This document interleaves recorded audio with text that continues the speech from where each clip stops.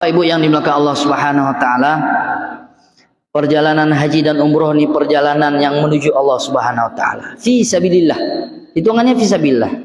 Dalam hadis disebutkan debu-debu yang menempel kepada orang yang berada di jalan Allah ini akan menjadi tameng dari asap api neraka.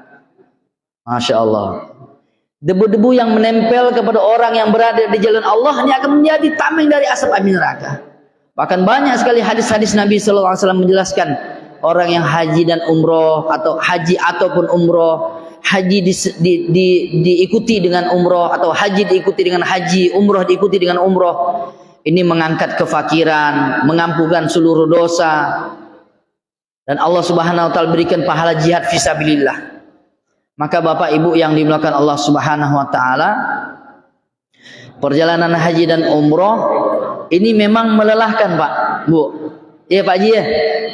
Maka kalau berangkat haji dan umroh sangat-sangat dianjurkan berangkat waktu masih muda. Nih macam-macam Bang Ivan nih.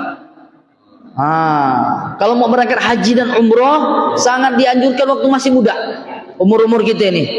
Pertama, insya Allah kita akan maksimal dalam beribadah. Nggak loyo, semangat. Dan kalau kita berangkat haji dan umroh di usia muda, insya Allah kita akan bermanfaat untuk orang lain. Kesian lihat nekwan tenteng tasnya itu besar-besar, berat-berat.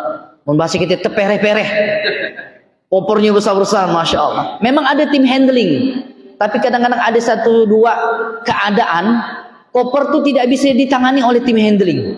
Harus kita yang bawa masing-masing. Jadi kalau kita berangkat lebih awal, muda-muda kita berangkat, insya Allah kita akan bermanfaat untuk orang lain, Pak.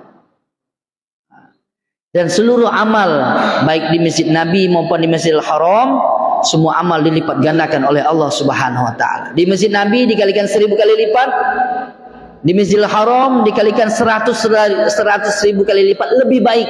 Dalam hadis itu disebutkan lebih baik, bukan sama. Jadi Masya Allah berbondong-bondong Pak. Bahkan ada kawan yang dia WA saya, katanya, Pak Asbi, tolong saya titip sedekah atau infak atas nama bapak saya. Ada enggak Pak Asbi duit? Saya bawa duit 1 juta Pak.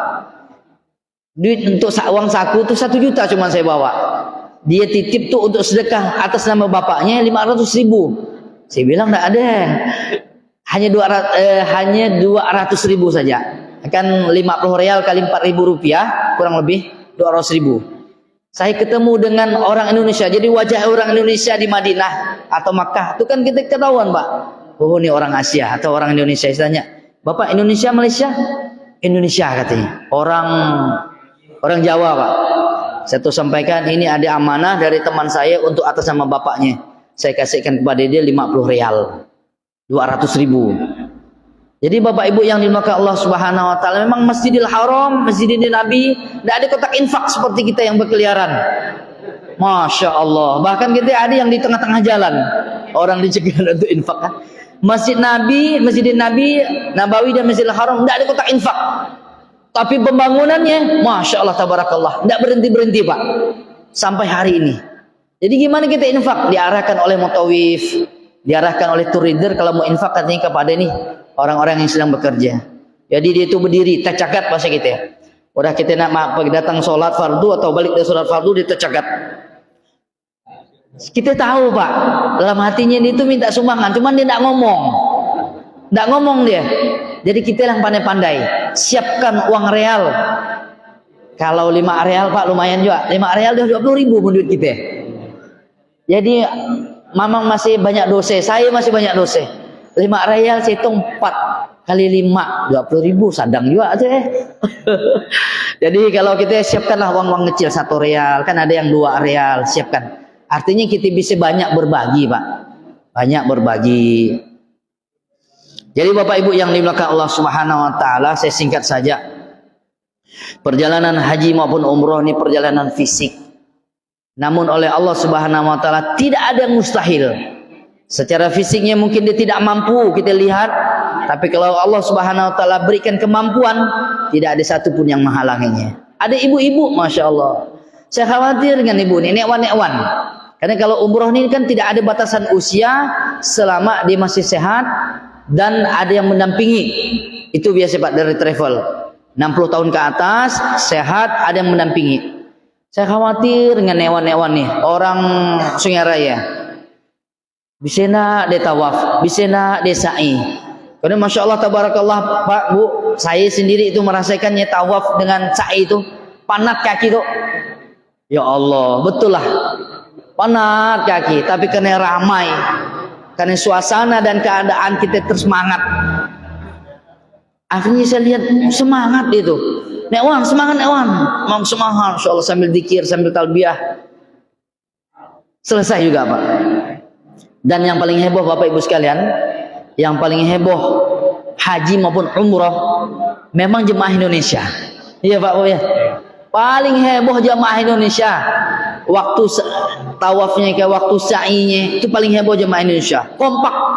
Begitu dikir kompak sampai-sampai orang-orang Arab, orang-orang luar negeri kalau kita udah waktu sa'i itu kan kita Subhanallah, Alhamdulillah, wa la ilaha illallah, Allahu Akbar, wa la hawla wa la quwwata illa billahil aliyyil azim.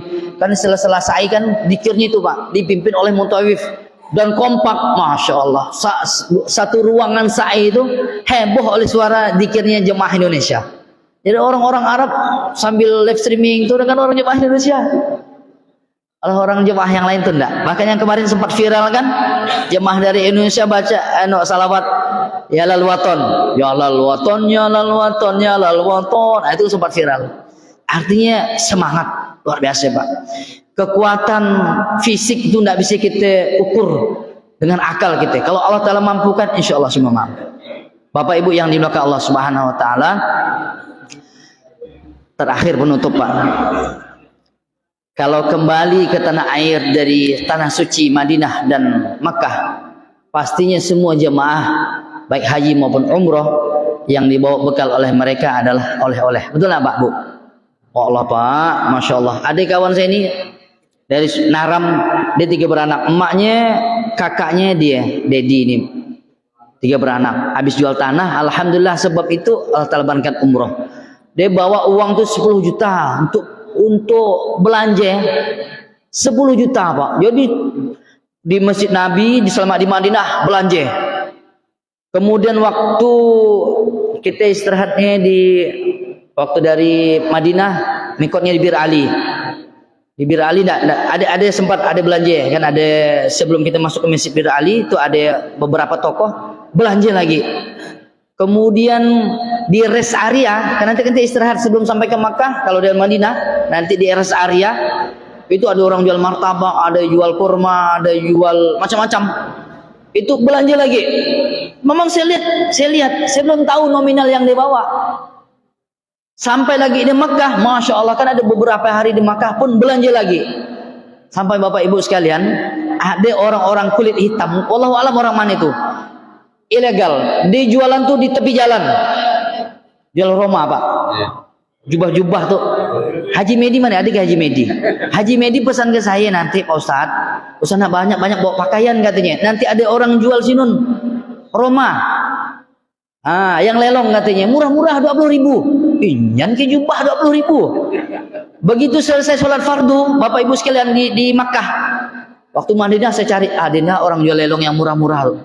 Nggak ada di Madinah. Di Makkah kita ketemu. Setelah sholat fardu, begitu mau kembali ke hotel, Masya Allah.